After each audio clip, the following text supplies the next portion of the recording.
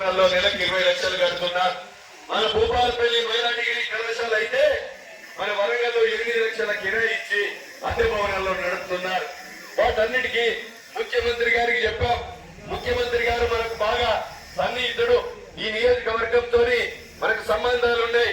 కార్మిక పోరుబాట, రైతు పోరుబాట, విద్యార్థి పోరుబాట పాదయాత్ర చేసినటువంటి వ్యక్తి. చెప్పిన రేవంత్ అన్న మా భూపాలపల్లి నియోజకవర్గంలో అన్ని కూడా గురుకులాలు ప్రైవేట్ ఇళ్లలో ఉన్నాయి. ఇల్లు కిరాయి ఇవ్వకపోతే తాళాలు వేసుకుంటున్నారు.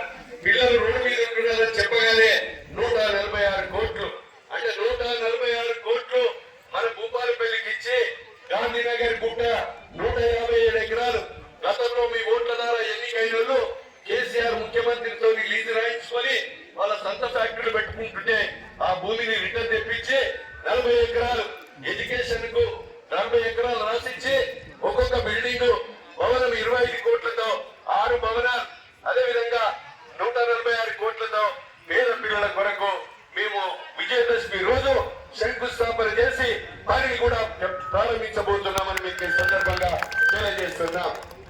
సోదరులారా, 60 ఎకరాల ఇండస్ట్రియల్ పార్క్ ఇచ్చాం. ఒక మిర్చి ఆయిల్ ఇండస్ట్రీ